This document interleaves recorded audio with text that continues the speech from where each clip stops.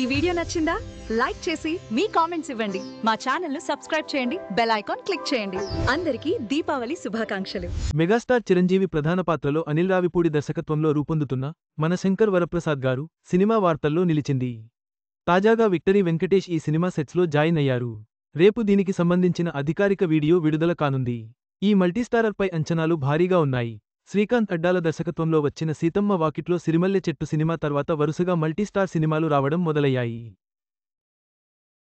ఇప్పటివరకు వచ్చిన అన్ని మల్టీస్టారర్ సినిమాలలో రాజమౌళి దర్శకత్వంలో రామ్ చరణ్ మరియు ఎన్టీఆర్ నటించిన RRR సినిమా టాప్లో ఉంటుంది. తెలుగు సినిమా స్థాయిని మరింత పెంచిన సినిమా RRR. ఇకపోతే ఇప్పుడు సీనియర్ స్టార్ హీరోస్ కూడా మల్టీస్టార్ సినిమాలు చేయడానికి ఇష్టపడుతున్నారు.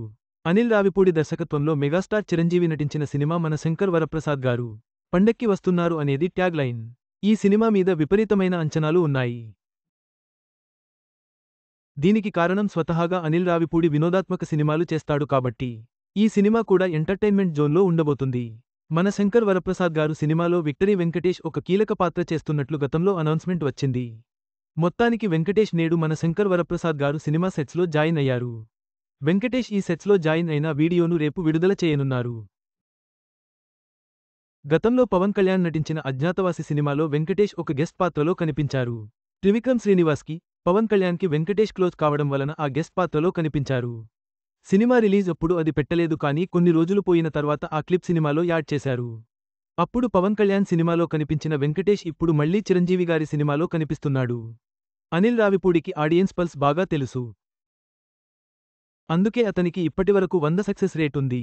అయితే వెంకటేష్కి ఎటువంటి పాత్ర క్రియేట్ చేశాడు అనే క్యూరియాసిటీ చాలామందిలో ఇప్పటికే మొదలైంది. విక్టరీ వెంకటేష్ కామెడీ టైమింగ్ గురించి ప్రత్యేకించి చెప్పాల్సిన అవసరం లేదు. గతంలో అనిల్ రావిపూడి దర్శకత్వంలో F1 అనే సినిమా చేశాడు వెంకటేష్. ఆ తర్వాత వచ్చిన F2 సినిమా కూడా మంచి బ్లాక్బస్టర్ సక్సెస్ సాధించి దాదాపు 100 కోట్లకు పైగా కలెక్షన్స్ వసూలు చేసింది.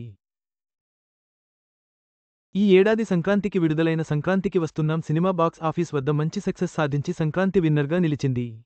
మరోసారి ఎంటర్టైన్మెంట్ సినిమాను ప్రేక్షకులు ఎంతలా ఆదరిస్తారు అని ప్రూవ్ చేసింది సంక్రాంతికి వస్తున్నాం సినిమా.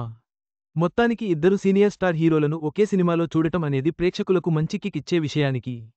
చిరంజీవి, వెంకటేష్ కాంబినేషన్లో అనిల్ రావిపూడి దర్శకత్వంలో వస్తున్న ఈ మల్టీస్టారర్ సినిమా తెలుగు ప్రేక్షకులకు సరికొత్త వినోదాన్ని అందిస్తుందని ఆశిస్తున్నారు. రేపు విడుదల కానున్న వీడియో కోసం అభిమానులు ఆసక్తిగా ఎదురుచూస్తున్నారు.